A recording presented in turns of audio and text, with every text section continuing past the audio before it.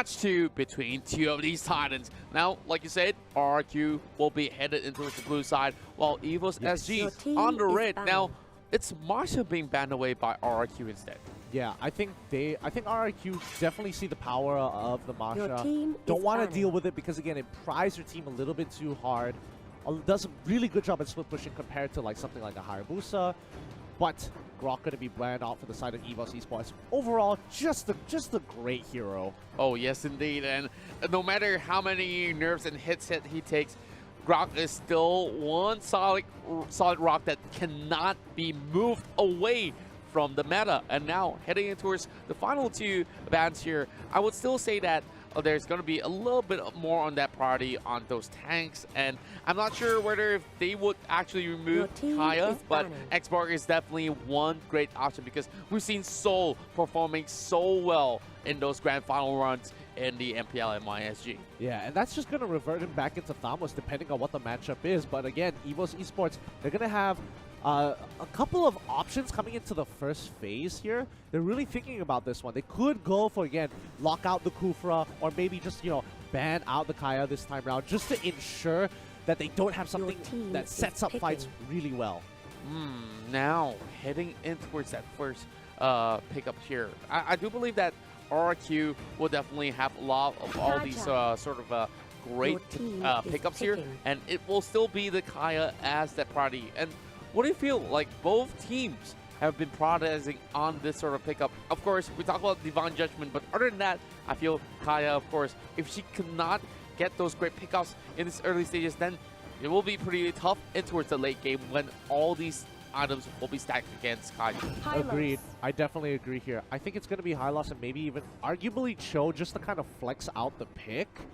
Tough to say, but yeah, I do agree with you that she does kind of is a little lackluster in comparison to like the strong. I wouldn't say the strongest, but I would say very versatile Cho. She is one-dimensional, goes in, locks somebody, pulls them out, that sort of thing. But again, I think it's tough to say. Ooh, instead of Cho, they're actually going for the Akai. It looks like they want to have a playmaker and a dedicated tank. That's right, and of course, the previous game we've already seen High Loss being banned away, and this time around, once it's being left open, they take any chances that they can get. So 2 really solid frontliners already being secured. Now, RRQ's response, what are they going to go for? I don't really think that things like Mentor will even be in the picture because how easily it could be pushed away by the Hurricane Dance. Maybe something like, I don't know, a support like Diggy would be pretty much great, but instead, they're still prioritizing on that Kimmy pickup. So RRQ will still have a couple of seconds to think about, and they steal the Tamas away from EVOS SG. He's not going to have I mean, Soul's not going to have a lot of options to play left, and that might force him into going into Hayabusa, which isn't too great because for the first 6 minutes of the game, you're just going to get oppressed by Thamos for the most part. Oh, yes. I would say that this is definitely going to be a huge challenge for EVOS Esports, and we're looking at Ace here, trying to close things off. Should he even go in for that marksman pickup here? Because previously we've seen that Granger pick, and it was dealing with, of course, the Kimmy as well. But Kimmy has definitely had a lot more impact. But this bottom pickup is definitely something that's pretty much piqued my interest here because that will possibly negate certain picks like Esmeralda to come into play. Yeah. I mean, oh man, Badang is really interesting. He's in a really interesting place because he scales obnoxiously well now with his current item build. They fixed him and put him in a weird place where he kind of does a lot of things, but it's all solely dependent on how much of a lead he gets into the early game. Because again, he needs 2 items before he really pops off, and before then, his ultimate isn't going to be enough to one-shot somebody, but it's going to get real close. That's right, the Frisk Crack will possibly deal that sort of on-hit effect as well. So that's definitely something to actually look after if they were to actually commit in towards that sort of fight. So heading in towards mid to late game, that's where EVO Singapore definitely shines. But now, going in towards the very final band here, I'm not too sure what should they actually take out from RRQ side, but they will opt to actually remove Lolita as well. That sort of core tank still left available. Yep.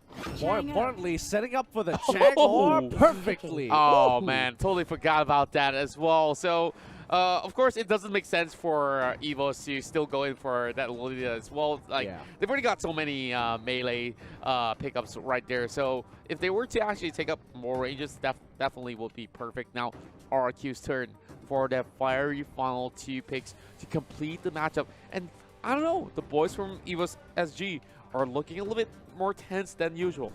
Yeah, I don't know whether it's just you know jet lag or whether they're just like nervous to be playing so early in the day. But pretty sure there's no jet lag though, because we play on that sort of same time zone. I'm trying to give him an out here. I'm trying to give him an out. Oh, come on, man. Come on, man. Let's cut him some slack in that sort of sense. But Baxia though, we're gonna see our very first Baxia in M1. So this is definitely gonna be pretty much exciting. Of course, there's going to be the great sort of chase coming in from Tsuru, heading all over the map. And if he does get one good catch onto its members like the Chonger, then that will be definitely something that will be a great pickup for RRQ. Yeah, I mean, Baxia overall, that Tortoise Poissons is just a great ability. I kind of feel I'm kind of torn because it's like to me it's like a Johnson ultimate, except you have more angles to kind of engage. You can get a good back flank if you have the options, but overall I haven't been seeing Baxia perform over the moon here. It's not as good as Grok.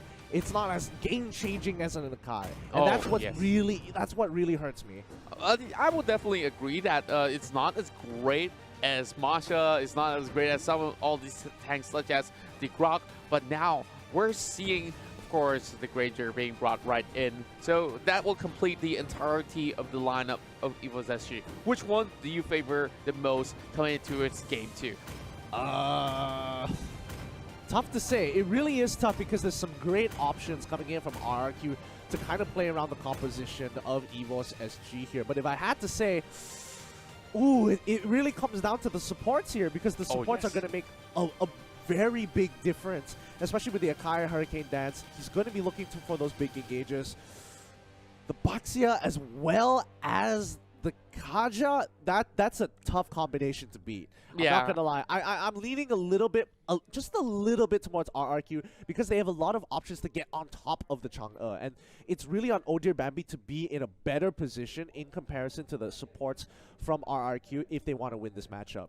From my side, I do like the side of EVOS Singapore having a little bit more security hitting into its mid-game. Agreed, as compared to what they drafted back in Game 1. This is definitely a lot better than what we saw. At least they understand now that we need some of all these members to at least soak some damage. So they've got that crossed out on those checkbox. Yes. And now bringing back that Chang'e pick that they did pull out in those grand finals back in MYSG. So this is one of that sort of a pocket pick strat that they do have coming in towards M1. Well, I mean, it was like a pocket pick strat, and then it just became meta. Now everybody is just like, all right, I'll just have Chang'e in the back of my mind, but let's go into game 2. This is between Rex Gion against EVOS SG game 2. That's right, and if you haven't got yourself the tickets to MLBB M1 World Championship, it's happening on the weekends here in Asiat Arena, so make sure you guys grab it real quick with the promo codes being provided. Now, we're starting off with a 2 versus 2 over in mid lane. Of course, topside, we're going to see a little bit of that tussle between Tsuru, Ace, as well as Potato. They're already on the prowl, already dealing quite a chunk of damage, but this shouldn't be too much of a problem for them to actually face off with. So, of course, we're seeing a little bit of Revitalize for Liam here. So, what do you feel about Revitalize on Baxia? Great spell. Absolutely great spell. But it also allows Baxia to kind of hold on his own when he goes for an engage and the team isn't able to follow up like exactly on time here. But I think overall, it's pretty smart what both teams did right now. Especially Revitalize on the Baxia, great. But on the side of EVOS Esports SG, I think what they did is really smart here, where they kind of switched up the lanes, where they said, okay, we're going to put you on the dual lane in the top side because we know for a fact that Barang can't do a great job, and it's already paying off. I mean, Revitalize, great switch on the other side of the map, and they immediately punish them on the bottom side. Great rotations from mid. Oh, yes. We'll definitely see a great start for the side of EVOS Singapore. And now Soul close to actually falling out. Flicker's being popped out instead. And now Bambi as well as JPL tries to return the favor. And this will be 2 kills in the bag. And this is just in the span of less than 2 minutes. Yeah, just... Oh, that was close. That was really, really close here, especially from RRQ. He got a little hungry for blood. You can definitely see it in his eyes. He wasn't able to get a range for that last auto attack, but overall, I think EVOS Esports are very happy with the catch that they got. 2-0 right now. They have to keep playing the game slow, especially if you're in RRQ's position, because you do scale pretty decently when you have carry on your side. That's right, and we see a little bit of that hastiness coming in from the side of RRQ. I felt like if they were just to play things a little bit safer, and you're already forcing somebody to back away, they're already losing that experience. You don't really have to fully commit in that sort of sense. But now, for Turtle being challenged, and here comes the box. Face crack being pulled out as well, but Soul already negating them from entering, and that first Soul goes in the hands of EVOS Singapore, and Righteous Pathway has been opened up as well. But now, that's pretty much a clean disengage from EVOS SG. So nicely done. Oh dear, Bambi, great zone control here. Liam making sure he tries to make sure that no one else is able to get out here. The stun goes through, but again, doesn't really matter here. Sin's gonna back away. Soul Quigong Fist pushes him away, but he knows he doesn't have enough damage to one-shot Sin just yet. And more importantly, he can just Phantom Step over the Fist Break. That's right. And look at Vin. Even that sort of distance, he's getting chunked out by Chang's ult, and Liam here possibly trying to actually get a couple of all that sort of informations now. A couple of minutes have passed, but the next objective will still be on the top side of the river, as Ace as well as Potato has been doing such an absolute great work against the Tirurs thus far. Yep. Oh, nicely done. Great maximum impact. Stealing away the buff. Oh, great catch. Bin pushes him through. Oh dear, Bambi's in trouble. Quickly having to pop the sprint. Meteor Shower is being put down, but JPL disengages any more follow-up with the Hurricane Dance. Oh, Zin's in trouble. Wow. Flicker already coming through. Soul, he tried to go for an initial all-in. Doesn't get that last hit. And Ace has to put the Glorious Pathway down to bail out of there. Gets a good amount of regeneration, giving away the crab, but no kills going over to RRQ. I'm just loving the entire chess piece coming from both sides, and we see great amount of respect being shown to their opposing sides as well. So getting a little bit more than he should, and he's just taking a little bit more from the jungle instead. Now, of course, EVOS Esports get a little bit of that sort of a goal lead that they have here. It's about 400 gold for the time being, but it's definitely going to change in the span of a few minutes here. And Soul, I think that he's getting a lot of trap being posed upon him, as Liam is already cutting in towards the jungle, looking for old year Bambi. Yeah, and again, Liam is just being super annoying. He's gaining vision, and he's pretty much unstoppable for the most part, but he's not really engaging on anybody. He's gathering information, telling his team, oh, this is where the movements of the enemy are, this is what they're currently doing, making sure they know exactly where EVOS SG is at all times. That's right. We're seeing great movements coming across that box here. Of course, now they're trying to actually disturb some of these members of EVOS Esports. Now, we're seeing, of course, Boxia being so mobile to actually rotate across the map to even support this team. And now, Turtle number 2 already being spawned. Is EVOS going to be ready for this? Oh! Ooh, locking him down. I mean, the double ultimate was a bit of an overkill, but you know, you want to make sure you secure it. Oh, Potato's in trouble. He gets caught out here, and Liam just ensures his death, cutting off his exits completely, as the rest of EVOS Esports are just a second tad bit behind. That's right, and for members on the top side here, let's have a look into it. It's a quick replay on how they managed to set this one up. And of course, we see Ace here opening up that Righteous Pathway a little bit way too late to actually join in the party as well. And this Turtle, of course, getting pulled back and forth, but no commitments whatsoever until Liam goes in crashing towards the side of JPL. Pulls him back with a Divine Judgment as well. And JPL here still managing to escape with that Frog Leap as well as Hurricane Dance all intact. Oh, so nicely done. So nicely done. 1,000 pounder just to get the shield as well. I mean, the rest of the team is just kind of holding on their own, and now Soul's in trouble. He has to recall out of there before they collapse on it. I think he should be able to get away here. No issues whatsoever. EVOS Esports controlling the top side, and despite having a two-kill lead, the gold is pretty even.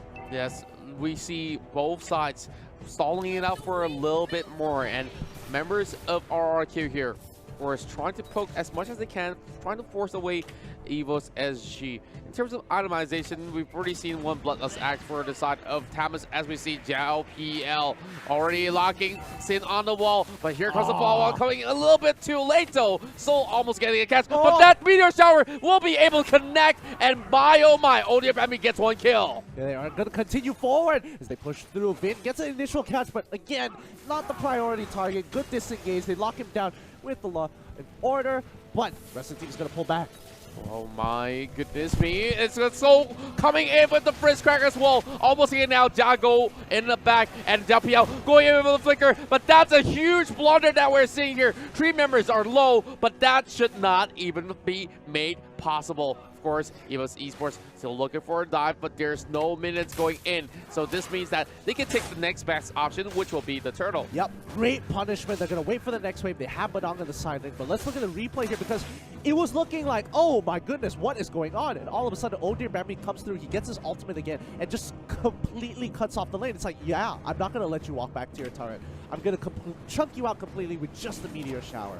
Oh my, now we're seeing a little bit more action on the top side as well. Of course, even on the bottom side, we see a little bit of skirmish, and Bambi being left by himself is going to be having JPL to protect him for the time being, but Tsuru is going to catch that Panda out, and Hurricane Dash has been forced out. Bambi instead turns things around. Oh, he's still alive. Tsuru trying to force him all the way back, and Potato here, 1 versus 2, and will fall to the hands of I Am Jago. Yeah, and RRQ are doing something really interesting here because not only are they putting pressure, they're forcing out mistakes out of EVOS SG. They know that ODFMB as well, for a fact that JPL can kind of hold their own, but Ace on the other hand, he is struggling to hold the mid lane, especially when you're up against Kimmy, who has more angles in the mid lane compared to the bottom side of the map.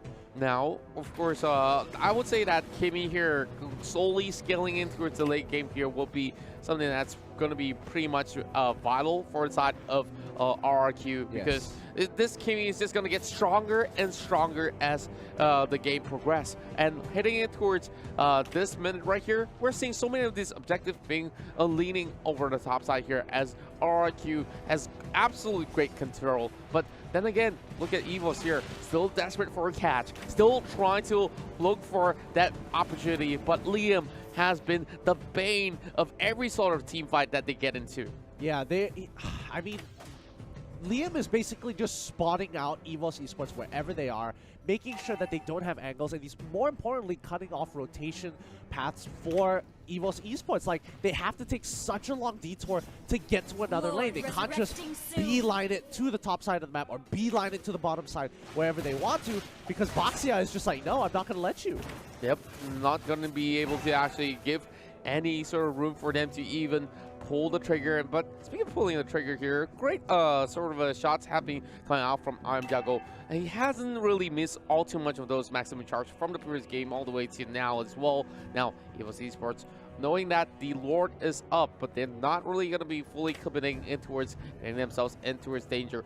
Jiao also trying to set up a little bit of that sort of a camp, as we see a golden staff have been purchased by the Badang. That's a huge buy. That means he has a lot of damage in store. He just needs an opportunity to get to that backline. I think he should be able to one-shot carry here. Oh, Liam takes quite a bit of damage. Meteor Shower on the opposite side, trying to zone out the two main the two playmakers as well as the carry. Wow.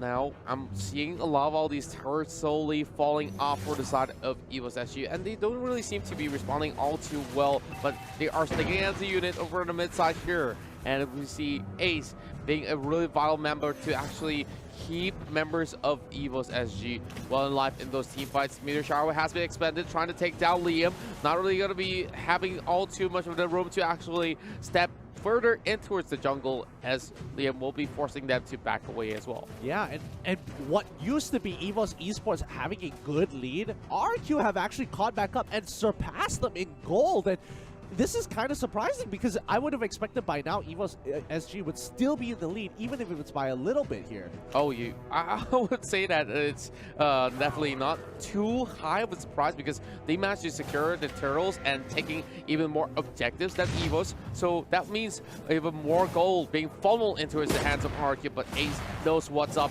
The Lord has been taken down to 50%, and EVOS, if they really want this Lord, they really gotta make a move. And now here comes the team fight as well, forcing it on the Turo. But Liam in the middle of it all, it won't be. Rush is going to open up. JPL opens up the Hurricane Dash, but will force them away. But Liam somehow is still alive.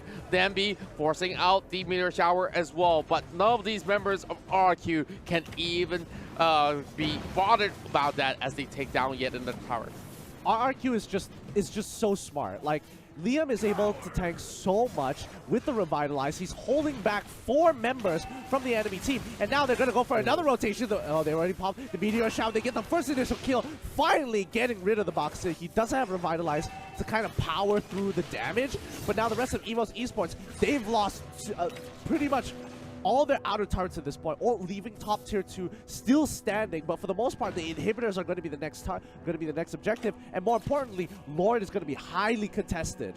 And we see the carry was attempting on the Lord for a little bit in the sort of early game, and now it's going to be a little bit of that push and pull between EVOS as well as RRQ. Now they're taking it pretty low. Are they actually forcing this one out? The Lord not getting up in the air. The Tur goes whipped in front of Chris Cack, and my goodness me, EVOS are getting pummeled down, and Sin going for the chase as well. There's still all 5 members left in 10. Maximum charge over on Potato as well as JPL almost heading out of the game, but now this is the best opportunity for RRQ to close things out. Yep, Meteor Shower just gonna instantly pop down the Thambos, but he just wanted that inhibitor that he was willing to give his life for it. But that's not all. They forced out the Meteor Shower, so they can't protect mid either. They're losing their inhibitors one by one. I just love the macro game coming from RRQ. Look at how well they just control every single lane, and they knew what to do. They don't really care whether they have the Lord or not, but they know if they do force the fight, they will get the advantage that they are looking for. Of course, we're going to see a little bit of that sort of replay, of course, brought to you by U-Mobile. Yeah, oh my gosh. Just the Lord fight in general, it was looking so good until they realized that their priority target, I Am Jungle, didn't get caught into that fist crack. He uses the chemical refinement, gets out of there, and just chunks out the rest of the team. Yeah, it's going to be pretty much difficult for even EVOS to actually come back into the game, only having 1 tower as well as the Lord already marching in. Bambi being forced to use the Meteor Shower to even take down the health, but RRQ, of course, still needs those minutes to come right in. Now, JPL, though he is that tanky archetype, but he's still level 12. He couldn't possibly do all too much, especially when you have too many of these members in the front line with that flicker as well as Divine Judgment, pulling them back as well. That's the first kill, as well as the killing spree for Vin. But now look at the Tur go. Oh, that's a big blow. And instead of getting those kills, they want to secure the game. And game 2 will also be in the hands of RRQ 2 in a row. What a strong performance coming in from RRQ there. Like, honestly, what is there left to say? The early game was going pretty good for EVOS. A couple of pickoffs here and there, and it was like, oh, that's great. This is looking good. They're coming back to form, and all of a sudden, RRQ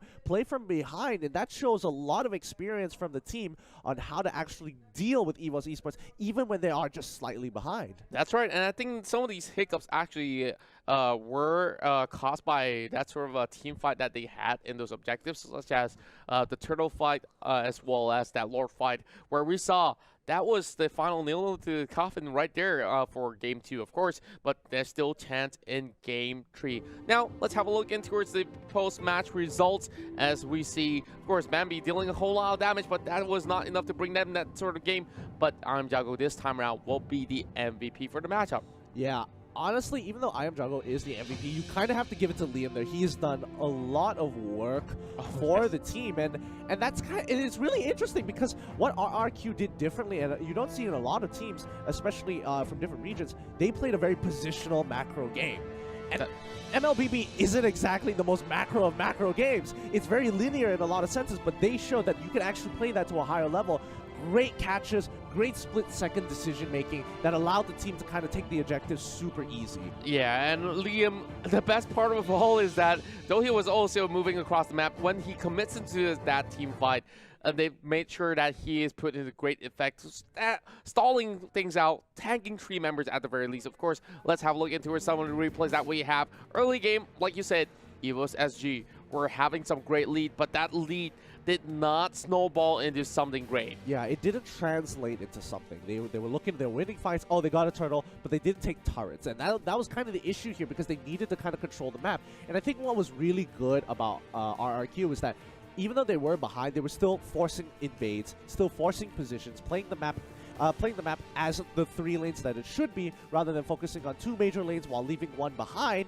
That way, when they go for these invades, they have a lot of priority over their lanes, a lot of ways to steal away farm, and just kind of someone will eventually get ahead. Yeah, I would say that because of all these sort of moves that RRQ pulled out against EVOS, especially in that sort of team fight, this is definitely going to be that sort of a game-winning fight much later on in that lore pit. When EVOS fully committed to this, they tried to take down members right behind, especially on Tsuru, but they did not have enough damage to even get anywhere close, and that definitely bit them behind. Yeah, and that's what's really scary about RRQ right now, is because no matter what they're doing, everybody has an intent or a purpose across the map. Nobody is really not being efficient with their time. You can see a lot of their movements. Oh, they're distracting top side. Okay, bot side's already being attacked with a minion wave trying to end the game. Oh, top side is being attacked with the initial invade, but they want to make sure that mid has priority before any of this happens, before they take an objective. It's 2-3 steps ahead, and I think EVOS Esports needs to get to that level sooner or later if they want to get out of this group. That's right, and I feel like EVOS Singapore, they're not really exactly in that sort of comfort zone that we usually see them in the MYSG bouts. But of course, we're talking about RRQ here, such a team with great recognition as well as history. Of course, EVOS themselves as well. But then again, there's still so much more intact. But it's time for us to pass it to our host for the interviews for our victors here, RRQ.